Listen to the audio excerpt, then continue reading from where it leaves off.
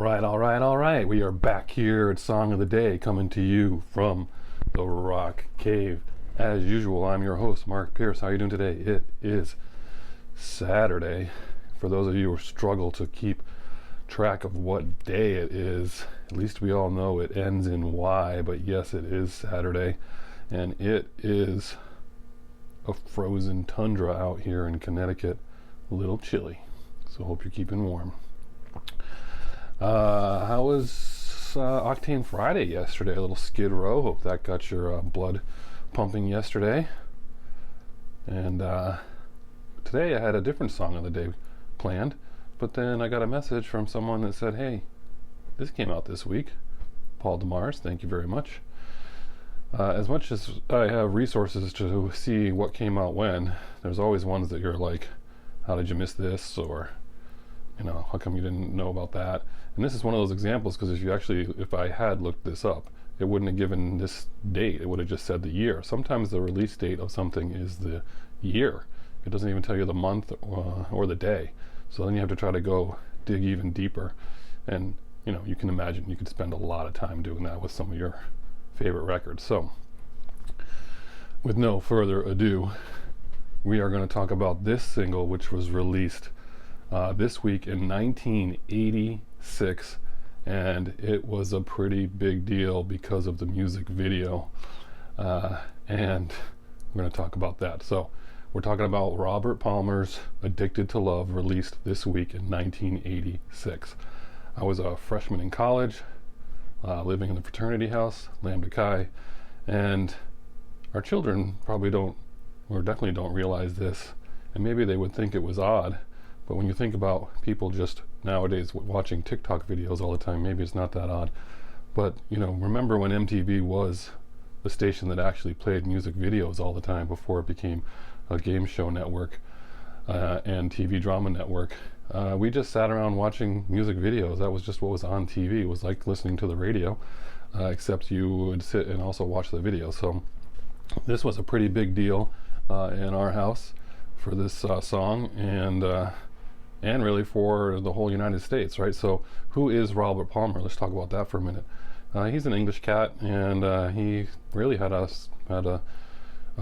career that started in the late 60s, early 70s. His first solo album was in 1974, and he had a minor hit that year called Sailing Shoes, which was a remake of a Little Feat song. I did not know that song until the last year or so. My brother-in-law Patrick somewhere picked that up from somebody and plays it a lot, and that's a pretty cool song. So if you don't know Sailing Shoes, check it out. So he flirted with some solo success in the 70s, and then in 79 really hit it big when he went to pure rock for that album and got a hit with that top 20 hit, Bad Case of Loving You, which is where I would remember catching him as a kid, knowing that song, because that's such a catchy song, right? I mean, that's just really, Doctor, Doctor, give me the news. I mean, how can you not like that song? That's a great song. Then I got MTV in 82, and he put out this album called Clues, and he had a single called Looking for Clues. That was on heavy rotation on MTV in 82 and 83, a quirky video where they try to, you know, shrink someone down and get them to do stuff where the graphics are, you know, they're passable. But that was a song that, I like that song. It was a pop song. I don't know if anyone else remembers that song, Looking for Clues, but that's him. And then, after that, Duran Duran go on a break, and of course he famously forms a band called The Power Station with the Chic drummer, Tony Thompson, right? And with some guy named John Taylor, who used to play in Duran Duran, right? Just kidding. That was 1984, and of course they had massive hits with the remake of T-Rex, Bang It On, Get a Gong, right? And Some Like It Hot. Those are awesome songs. And then comes this. He goes back to his solo career and puts out this record, Riptide, which would change and alter the course of pop music forever, and MTV music videos. It entered the chart February 8th of that year and eventually went to number 1. It won a Grammy in 1987 Grammys, and it was one of the last singles on 45. Remember those 45s? It was one of the last one of those to sell 1 million copies before CDs took over and 45s just plummeted. So that's kind of interesting. Guess what? Taylor and Thompson played on some of these records, and they even played on this song, Addicted to Love. So that's pretty cool, right? A couple other singles off this record, Simply Irresistible and I Didn't Mean to Turn You On.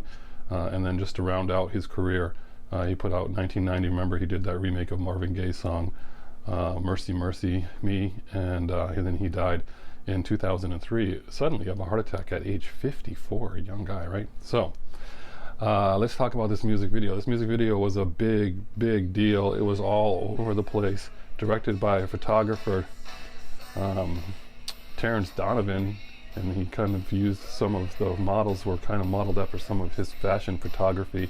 Those 5 models that just everyone can picture, the dresses, the red lipstick, and the shimmying to the music and not to the music, and not really playing the instruments.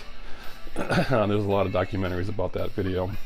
A lot of people made fun of that video like later on, or parodied it, and anyway, everyone just remembers it for that video. So was the song so good because of the video, or was it the other way around? I mean, it's one of those ones where the video just skyrocketed this song to stardom, I think. Right? If you hear this song on the radio, you picture the video. That doesn't really happen anymore. So, all right, we're at 6.5 minutes. We're gonna wrap it up. What do you guys remember about Addicted to Love and Robert Palmer? Tell me your stories. We got more coming down the pike. Tomorrow is Slow Down Sunday, so hopefully we will be fireside if I can get that thing started. So enjoy your Saturday. Play a little bit of Robert Palmer today. Turn that up, Addicted to Love. Have a great day, and as usual, I'll catch you on the flip side.